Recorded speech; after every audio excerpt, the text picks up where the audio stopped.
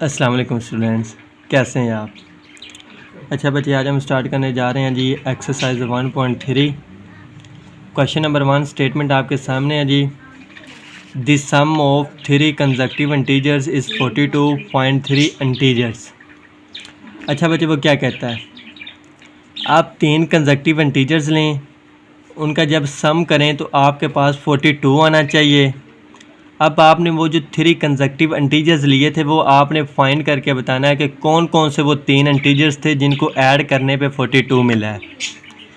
Consecutive integers का मतलब होता है बच्चे कि अगर आप कोई नंबर ले रहे हैं तो दूसरा इंटीजर उसमें एक +1 ऐड करेंगे तो फिर जो आंसर आएगा वो दूसरा कंसेक्यूटिव होगा। तीसरा कंसेक्यूटिव नेक्स्ट उसमें फिर अगेन +1 करेंगे और +1 इसी तरह एक एक स्टेप इंक्रीज़ करते जाएंगे तो वो आपके पास कंसेक्यूटिव होता जाएगा। अब आपको 3 कंसेक्यूटिव इंटीजर्स लेने थे बच्चे, तो आप लेट 3 कंसेक्यूटिव इंटीजर्स बी। आप सपोज करें कि आपके पास 3 कंसेक्यूटिव नंबर्स ये हैं, पहला x है, दूसरा x+1 है और तीसरा x+2 है। देखें यहाँ पे आपने x लिया है तो उसमें आपने 1 ऐड कर दिया, यहाँ पे अगेन प्रीवियस में 1 ऐड किया तो नेक्स्ट कंसेक्यूटिव इंटीजर्स आ गया आपके पास। अब अकॉर्डिंग टू कंडीशन चलें तो वो कहते थे कि जो आप 3 कंसेक्यूटिव इंटीजर्स लेंगे वो तीनों कंसेक्यूटिव इंटीजर्स का सम लेना है। ये पहला कंसेक्यूटिव इंटीजर्स है, इसका आप सम करेंगे दूसरे कंसेक्यूटिव इंटीजर्स के साथ, उसका आप सम करेंगे तीसरे कंसेक्यूटिव इंटीजर के साथ, और तीनों का जब सम करें तो आंसर कितना आना चाहिए, 42 आना चाहिए। अब देखें बच्चे, ये पहला इंटीजर एज इट इज़, आगे प्लस आपके पास एज इट इज़ x+1 को भी ओपन करके लिख दें और प्लस x+2 को भी ओपन करके लिख दें और is equal to 42 as it is आ जाएगा आपके पास। यहाँ पे एक x ये है, एक ये है, एक ये है, तीनों को ऐड करेंगे तो 3x आ जाएगा और इधर कांस्टेंट ये है और ये इन दोनों को ऐड करेंगे तो 3 आ जाएगा आपके पास और दूसरी साइड पे 42 एज इट इज़ ही रहेगा। अब बच्चे आप क्या करें कि इधर जो कांस्टेंट नंबर है वो दूसरी साइड पे ले जाएंगे तो इधर ये प्लस का 3 था, उधर जाके माइनस का 3 हो जाएगा। इधर आपके पास 3x एज इट इज़ रहेगा और दूसरी तरफ 42 में से 3 माइनस कर देंगे तो 39 रह जाएगा। आपको x का आंसर निकालना है तो ये जो 3 है बच्चे ये उधर जाके 39 के साथ क्या हो जाएगा जी, डिवाइड हो जाएगा। तो 3 1s दा 3 और 3 13s दा 39, आपके पास x का आंसर आ जाएगा बच्चे 13। अब ये जो x का आंसर आया बच्चे आपके पास, ये तो आपका फर्स्ट इंटीजर था, क्योंकि आपने जब ऊपर कंसेक्यूटिव इंटीजर लिए हैं तो देखें यहाँ पे आपने x को बोला था कि ये फर्स्ट आपके पास इंटीजर है, तो आपके पास अभी फर्स्ट इंटीजर की वैल्यू आई है। अब आपको पता है कि आपने जो सेकंड इंटीजर लिया था वो था x+1। x का आंसर आपके पास 13 आया है तो 13, उसमें +1 ऐड करेंगे तो आपके पास नेक्स्ट आंसर क्या हो जाएगा, 14 हो जाएगा। और थर्ड इंटीजर जो आपने बच्चे लिया था वो आपने लिया था x+2, x का आंसर आपके पास आया 13, उसमें अगेन +2 ये वाला करेंगे तो आपके पास आंसर क्या हो जाएगा, 15। तो बच्चे वो जो 3 कंसेक्यूटिव इंटीजर्स आपने लेने थे जिनको ऐड करने पे आपका आंसर आना चाहिए था 42, पहला आपका इंटीजर है 13, दूसरा 14 और तीसरा 15 है। देखें यहाँ पे भी आपको पता चल जाएगा कि कंसेक्यूटिव इंटीजर्स किस तरह के होते हैं, यानी कि जो एक सीक्वेंस के साथ मुसलसल चलते जाएं, एक एक स्टेप आगे बढ़ते जाएं, उनको कंसेक्यूटिव इंटीजर्स बोला जाता है। तो आपके पास बचे 13, 14 और 15, ये 3 कंसेक्यूटिव इंटीजर्स थे। अच्छा जी, क्वेश्चन नंबर 2 की तरफ चलते हैं बच्चे। स्टेटमेंट आपके सामने है जी। The diagram shows right angle triangle, इस वाले सिंबल को बोला जाता है triangle. Triangle ABC in which the length of AC is √3 + √5 centimetre. The area of triangle ABC is 1 + √5 15 centimetre square. Find the length AB in the form A √3 + B √5 centimetre where A and B are integers। अच्छा बच्चे, वो आपको कहता है कि अगर आप एक ट्राइंगल लें, 3 साइडों से मिलकर जो बनती है वो ट्राइंगल होती है। ये उसका A पॉइंट है, ये उसका B पॉइंट है, ये उसका C पॉइंट है। वो कहता है कि दी लेंथ ऑफ AC, जो AC की लेंथ है यानी कि A से लेकर C तक की जो लेंथ है वो आपके पास √3 + √5 होगी। नेक्स्ट बच्चे अगेन वो कहता है the area of triangle ABC is 1 + √15, यानी कि आपको जो ट्राइंगल दी गई है उसका एरिया आपके पास 1 + √15 होगा। Find the length of A B. आपने बच्चे ये वाला जो ए बी है इसकी लेंथ क्या करनी है, फाइंड करनी है। अब सॉल्यूशन की तरफ चलें बच्चे, तो आपको जो गिवन है वो लिखें। आपको लेंथ ए सी की गिवन थी √3 प्लस √5 सेंटीमीटर। उसके बाद आपको ट्राइंगल ए बी सी का एरिया गिवन था 1 प्लस √15 सेंटीमीटर स्क्वायर है। आपको फाइंड करनी थी लेंथ ऑफ ए बी। अब बच्चे आपको पता है कि जो ट्राइंगल होती है उसका एरिया फाइंड करने का फार्मूला होता है जी 1/2 इंटू बेस मल्टीप्लाई हाइट। तो बच्चे एरिया ऑफ ट्राइंगल ये 1/2 एज इट इज़ आ जाएगा। ये बेस और हाइट को हम अपने क्वेश्चन के अकॉर्डिंग लिखते हैं। यहाँ पे देखें बेस हमारे पास क्या है, ए से लेकर सी, तो ये आपके पास बेस की जगह पे क्या आ जाएगा, ए से लेकर सी तक। आगे मल्टीप्लिकेशन हाइट आपके पास है बच्चे ए से लेकर बी, तो आपकी यहाँ पे आ जाएगा ए से लेकर बी तक। नेक्स्ट हमें बच्चे देखें एरिया ऑफ ट्राइंगल आपको गिवन था 1 plus √15 is equal to 1/2 into A C की जो लेंथ थी वो भी आपके पास गिवन थी, और ये multiplication A B as it is रहेगा। और यहाँ पे देखें बच्चे इधर 1/2 यानी कि 2 आपका डिवाइड हो रहा था, उधर लेके जाएंगे तो आप 1 प्लस √15 के साथ क्या हो जाएगा जी, मल्टीप्लाई हो जाएगा। इधर आपके पास √3 प्लस √5 मल्टीप्लाई ए बी रह जाएगा। अब बच्चे आपको ए बी यानी कि आपकी जो हाइट है वो फाइंड आउट करनी है।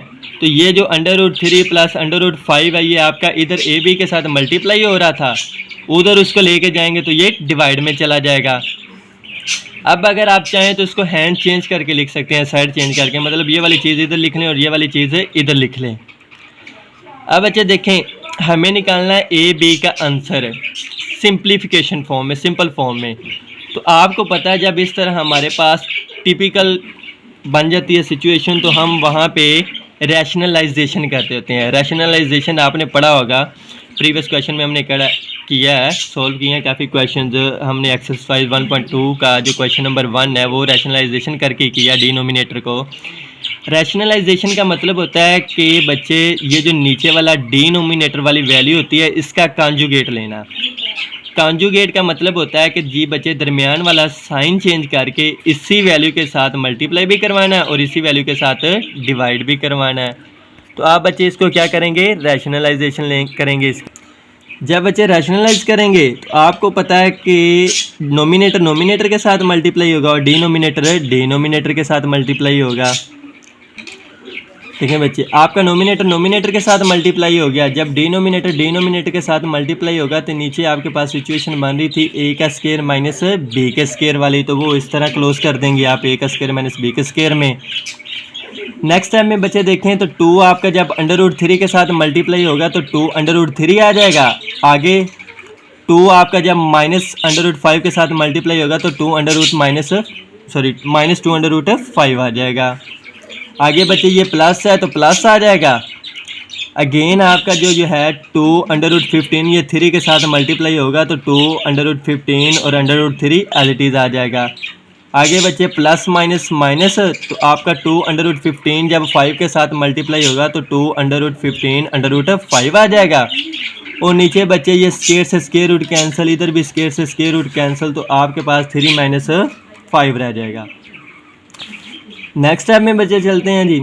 2 √3 आपके पास एज इट इज़ रहेगा और -2 √5 भी एज इट इज़ रहेगा, प्लस ये √15 √3 के साथ मल्टीप्लाई होगा तो √45 रह जाएगा। क्योंकि अंडर की प्रॉपर्टी है कि 2 अंडर मल्टीप्लाई हो रहे हों तो अंडर 1 टाइम ही रहता है, लेकिन अंदर वाले नंबर क्या हो जाते हैं, मल्टीप्लाई हो जाते होते हैं। तो 15 3 के साथ मल्टीप्लाई होकर 45 रह जाएगा।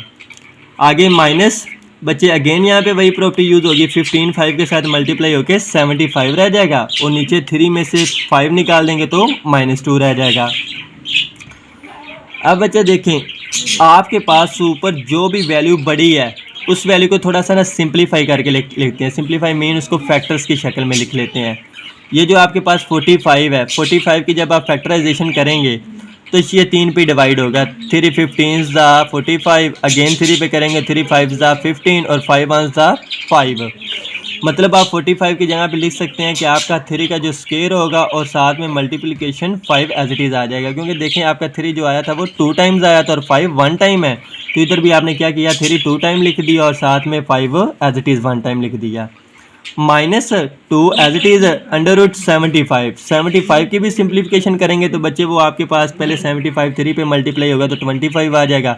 अगेन 25 5 पे मल्टीप्लाई होगा तो 5 एंड 5 1 द 5। यहाँ पे देखिए 3 1 टाइम है और 5 कितने टाइम्स आया, 2 टाइम्स। तो आप यहाँ पे भी वही काम करेंगे, 5 2 टाइम्स लिख देंगे और मल्टीप्लिकेशन 3 1 टाइम आ जाएगा। नेक्स्ट स्टेप में बच्चे 2√3 as it is -2√5 as it is +2। यहाँ पे देखें ये 3 के स्क्वायर और साथ में मल्टीप्लाई 5 के ऊपर √1 टाइम था। तो आप क्या करें, दोनों का अंडर रूट क्या कर दें, लैदा कर दें। 3 स्क्वायर का अंडर रूट लैदा कर दें और 5 का अंडर रूट लैदा कर दें। -2 एज इट इज़, इधर भी आप वही काम करें बच्चे, 5 स्क्वायर का अंडर रूट लैदा कर दें और 3 का अंडर रूट लैदा कर दें और नीचे -2 एज इट इज़ ही रहेगा। नेक्स्ट स्टेप में चलते हैं बच्चे, 2√3 as it is -2√5 as it is है। और यहाँ पे देखें ये स्क्वायर रूट से कैंसिल होगा तो बाकी 3 रह जाएगा और 3 2s दा आपके पास 6 आ जाएगा और साथ में √5 ये वाला एज इट इज़ आ जाएगा। आगे माइनस ये स्क्वायर से स्क्वायर रूट कैंसिल होगा तो 5 आपका 2 के साथ मल्टीप्लाई होकर 10 बन जाएगा और साथ में √3 ये वाला एज इट इज़ आ जाएगा और नीचे -2 एज इट इज़ रहेगा। अगेन बच्चे 2√3 एज इट इज़ माइनस, क्या करें बच्चे आप यहाँ पे जो सेम अंडर रूट वाली वैल्यूज़ हैं उनको इकट्ठा कर लें और जो सेम बाकी लाइक एस ये जो आपके पास √3 है और ये √3 वाली ये दोनों वैल्यूज़ हैं इनको फर्स्ट पे लिख लें और ये √5 वाली वैल्यूज़ और √5 वैल्यूज़ इन दोनों वैल्यूज़ को इकट्ठा करके लिख लें, मतलब एक तरतीब के साथ लिख लें। तो आपने एक तरतीब के साथ लिख लिया 2√3, उसके बाद -10√3 -2√5 + 6√5 और नीचे -2 एज इट इज़ आपके पास।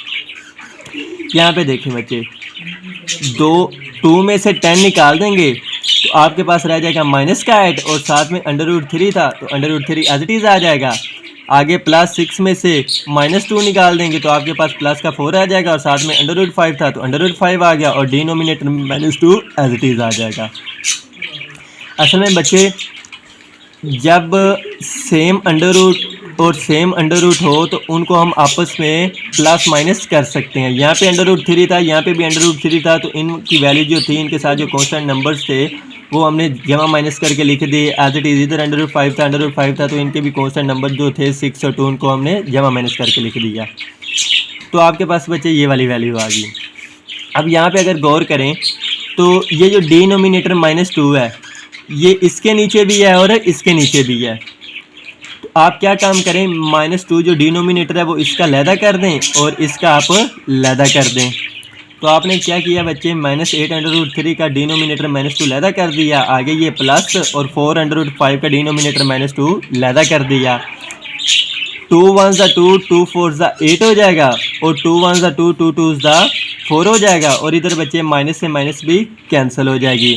तो इधर आपके पास 4√3 रह जाएगा और ये प्लस माइनस माइनस हो जाएगा और साथ में 2√5 रह जाएगा और यही बच्चे आपके पास फाइनल आंसर है। क्वेश्चन नंबर 3 की तरफ चलते हैं बच्चे। A rectangle has side of length 2 + √18 meter and 5 - 4√2 meter.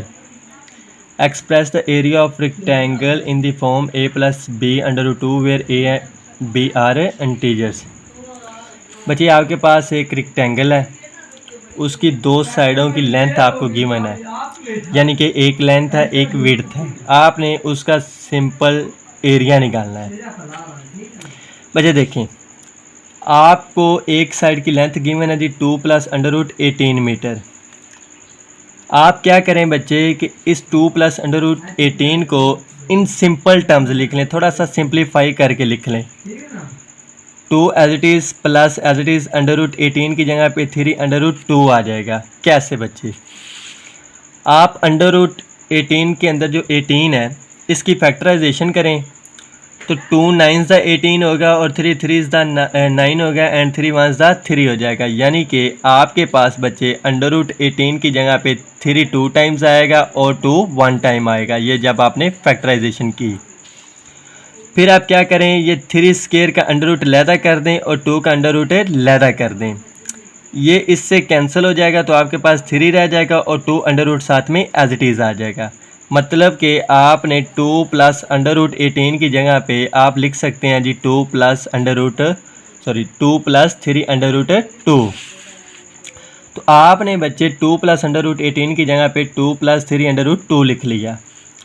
अब दूसरी साइड जो विड्थ है, विड्थ ऑफ दिस साइड आपके पास है 5 माइनस 4 अंडर रूट 2। इसको भी सिंप्लीफाई करते हैं बच्चे। आपके पास है 5 माइनस 4 अंडर रूट 2। आप बच्चे क्या काम करें, 5 एज इट इज़ माइनस 4 की जगह पे लिख लें 2 मल्टीप्लाई 2, क्योंकि 2 मल्टीप्लाई 2 4 ही होता है, कोई फ़र्क नहीं पड़ेगा, और नीचे under root 2 as it is है। अब बच्चे अगर मैं आपके पास एक ये 2 लिख दूं और एक मैं अंडर रूट 2 लिख दूं, इस 2 का मतलब है कि पूरा 2 यानी कि फुल 2, लेकिन अंडर रूट 2 का मतलब है हाफ 2। जब कोई वैल्यू अंडर रूट के नीचे आ जाती है तो वो उसका हाफ रह जाती है।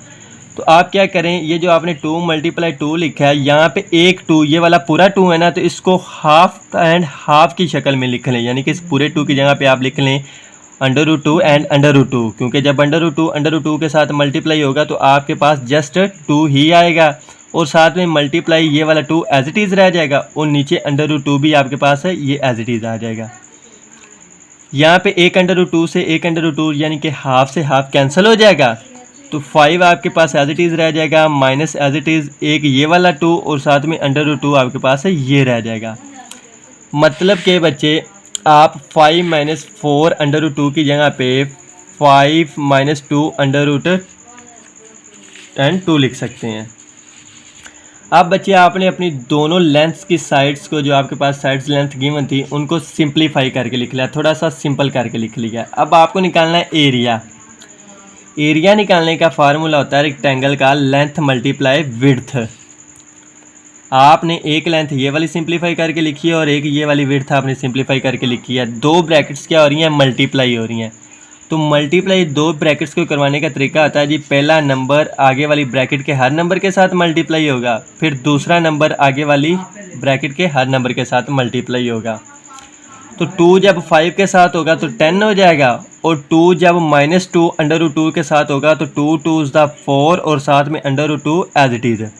आगे बच्चे ये प्लस है तो प्लस, अगेन दूसरा नंबर आगे वाले दोनों नंबरों के साथ मल्टीप्लाई करवाएंगे तो 3 5 = 15 और अंडर रूट 2 साथ में एज इट इज़, फिर प्लस माइनस माइनस, 3 2 = 6 होता है, और ये अंडर रूट 2 और ये अंडर रूट 2 का स्क्वायर हो जाएगा। नेक्स्ट स्टेप में बच्चे 10 एज इट इज़ रहेगा। ये देखें, ये भी अंडर रूट 2 है, ये भी अंडर रूट 2 है, तो आप इनके नंबर्स को क्या कर सकते हैं, प्लस माइनस कर सकते हैं। तो 15 में से 4 निकाल दें, बाकी प्लस का 11 रह जाएगा और साथ में under root 2 as it is आ जाएगा। यहाँ पे स्क्वायर से स्क्वायर रूट कैंसिल कर देंगे तो 2 रह जाएगा, और 2 6 था आपके पास, ये एज इट इज़ आ जाएगा। 10 बच्चे आपके पास as it is, plus 11 under root 2 as it is, और माइनस 6 2 = 12, ये एज इट इज़ आ जाएगा आपके पास। अब बच्चे ये एक सिंपल नंबर है, एक ये सिंपल कांस्टेंट नंबर है, तो 10 में से आप माइनस 12 करेंगे तो आपके पास माइनस 2 रह जाएगा, और ये प्लस एज इट इज़, साथ में 11 under root 2 as it is रह जाएगा।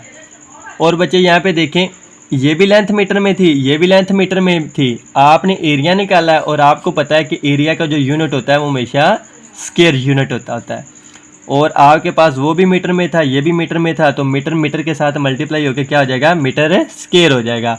आप अगर मीटर स्क्वायर नहीं लिखना चाहते तो आपने इतना याद रखना है कि एरिया जब भी किसी चीज़ का निकालते हैं तो उसका यूनिट क्या होता है, स्क्वायर यूनिट होता है। तो आप इस आंसर के साथ जस्ट स्क्वायर यूनिट लिख सकते हैं।